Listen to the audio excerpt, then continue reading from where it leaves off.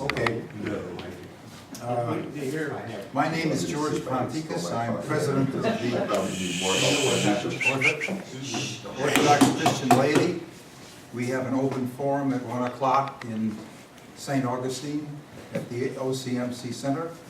And we are going to have the pleasure of a gathering in order to discuss what the Assembly of Bishops is doing.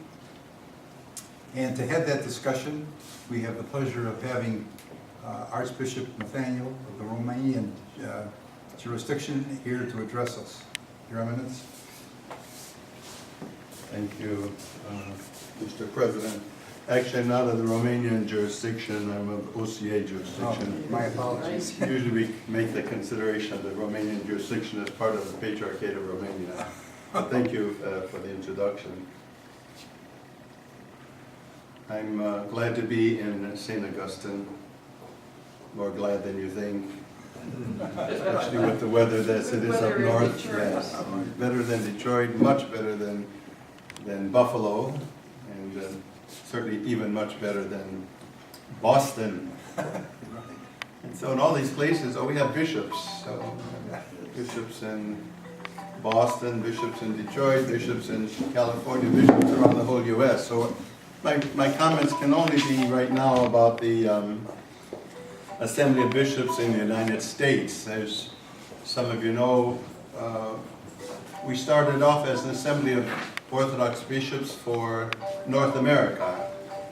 And about 2 years ago, actually in the third year I believe it was, the bishops of Canada asked to be separated from the bishops of from the United States because we're two different countries with different histories.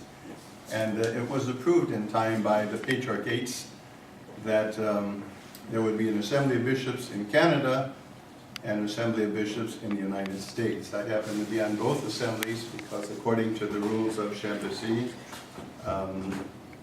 if you have parishes in other areas than where your principal see is, you also can be part of that assembly. So I'm on the Assembly of Bishops of Canada and the Assembly of Bishops in the United States.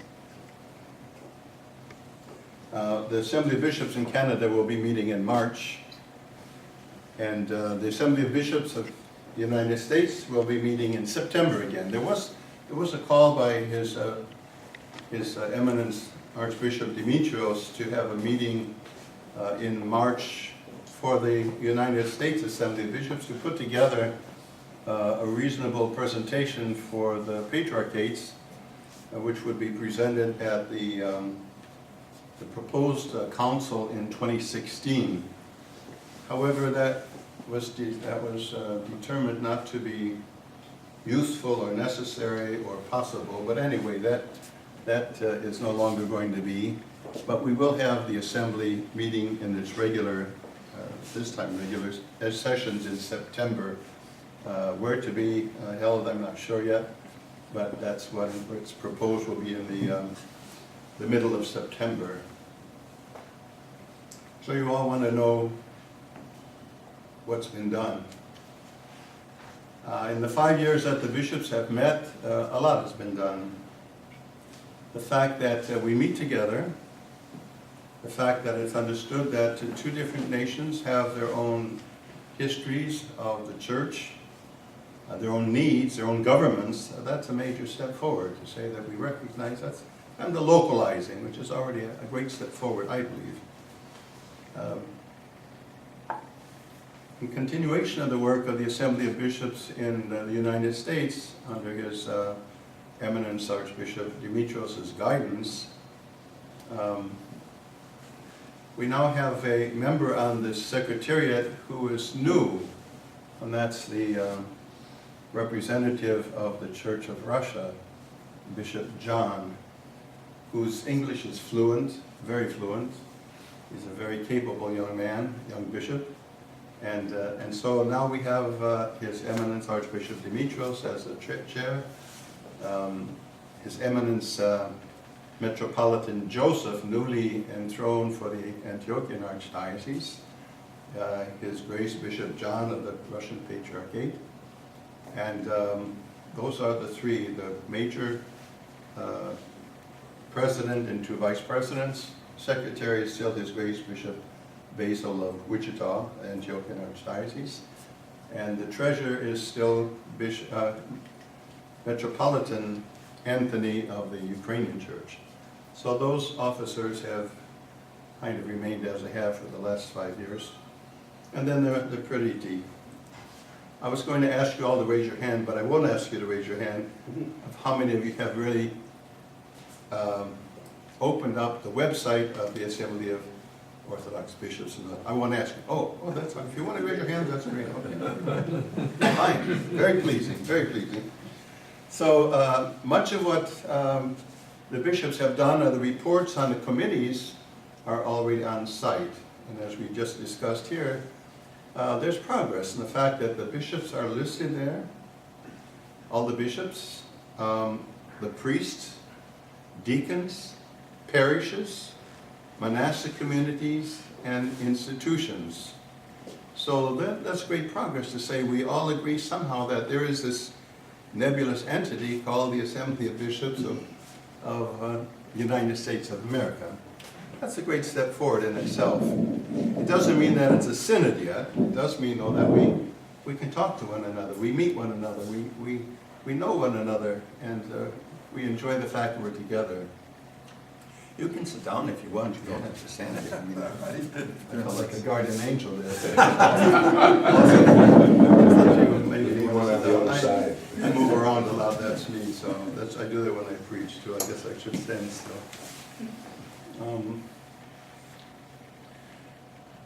We all know, and I think it was also given out in your folders, the rules of assembly from Chambéry, which are rules agreed to by other patriarchates. However, 2 years ago in our assembly, Bishop Nathaniel of the Bulgarian Church read a letter. It was a rather long letter in English, and he was reading page 3, I believe, when His Eminence Archbishop Dimitrios said, "Your Grace, what does the last paragraph have to say?" And so the last paragraph had to say was, it's our understanding, the Church of Bulgaria, that now in the United States there are 500,000 Bulgarian immigrants. And therefore we have to be concerned for their spiritual nourishment and growth. And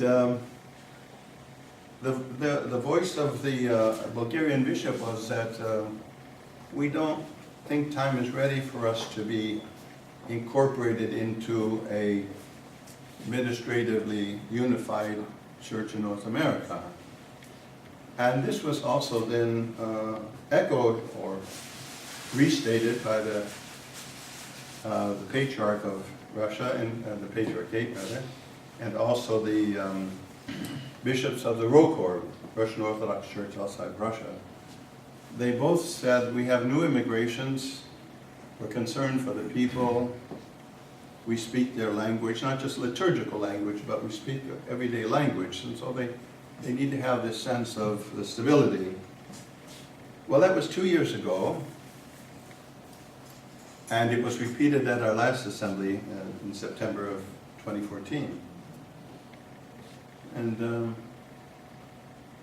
most of us were taken aback because in addition to stating that there's this new immigration, that the churches, those churches in particular, feel that it's necessary for them to remain somehow aloof from the administratively unified church in North America, they also put forth an interpretation of Chambéry, which is a little bit different than others. And that difference was to say, by administrative unity, we understand that to mean liturgical unity in practices. We understand that to be a calendar issue, old calendar, new calendar. So we consider that before we can have any kind of a unity, we need to resolve or to come to a conclusion as to what these practices that will be or are in North America. So that kind of set many of us back. We thought we were on the road to some kind of a better understanding with those two different proposals. The first one to divide the United States into 9 archdiocesan areas, and the second non-official presentation, which was for the next 10 years we should work together on things like clergy health care, pensions, that kind of thing. And so there were those two, and then this is a third one that came in, which is a little bit different. So we speak also of a consensus, or that's how we're supposed to be working out the Assembly's direction by consensus, and we haven't come to a consensus as to what a consensus is. You know, I mean, we're not sure what is the consensus. We can all have a consensus that something is good, but then the implementation and other might be different, and it might be diversion. It might be administrative unity, and it might be, say, liturgical unity. So how do we come to this consensus? I don't know. But we're going forward.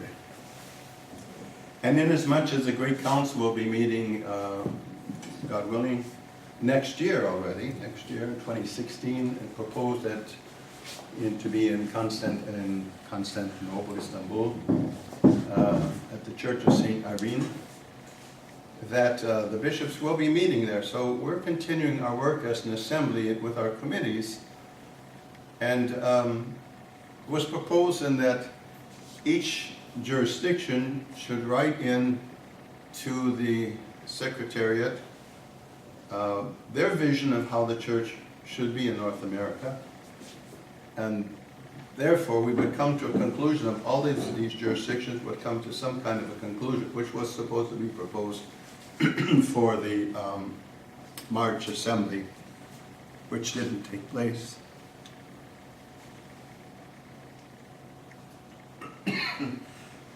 Excuse me. Now, why didn't it take place, Your Eminence?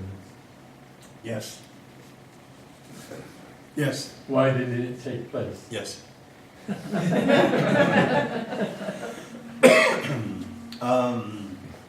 I believe it didn't take place because, and I'm saying this as an assumption, is because with that divergence of two different ways of viewing what our work is and our goal is, that to come together in March and not have any kind of pre-existing understanding of what we're going to do or consensus, why meet? So in the meantime, though, His Eminence Archbishop Demetrios asked each jurisdiction to write a new proposal of how they see this administrative unity to come about, or in what way and what purpose.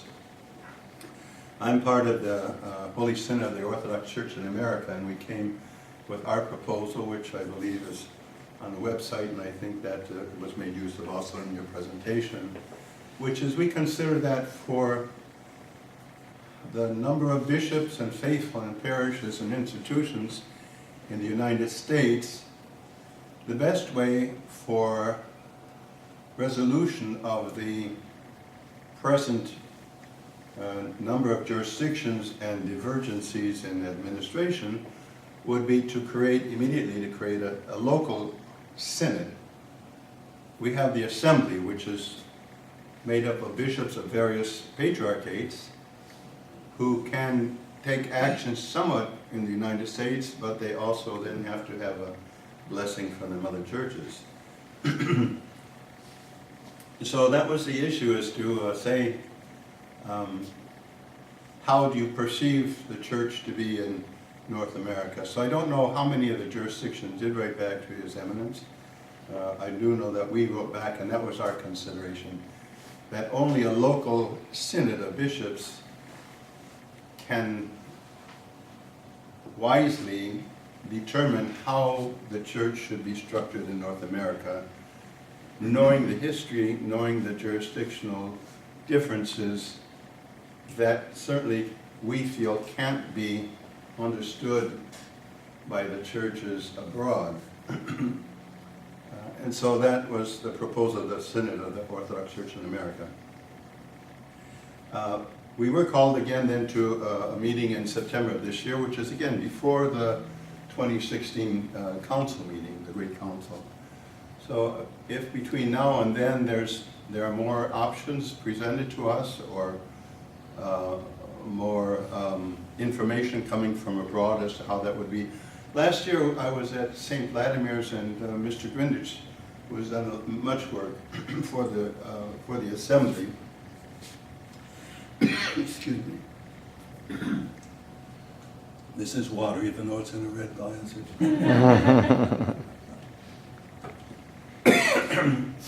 He made a presentation, and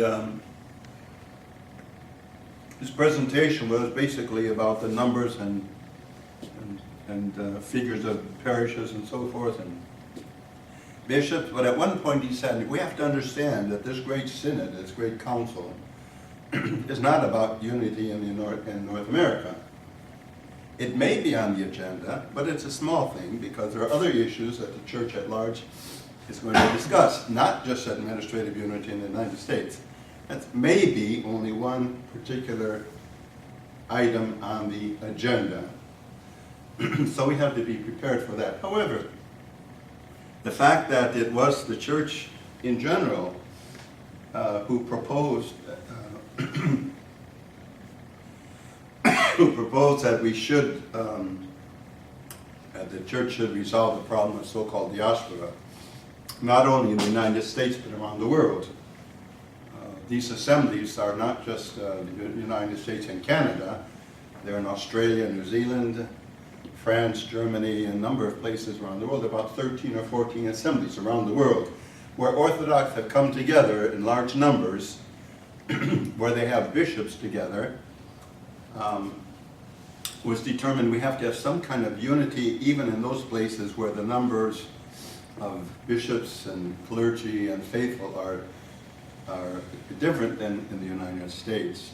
So these assemblies are going around the world. So the fact that the council is being called, that we assume it will be held, that all this preparation has been done to review the problem of the diaspora, I think we have every right to consider that it will be on the agenda for the Great Council.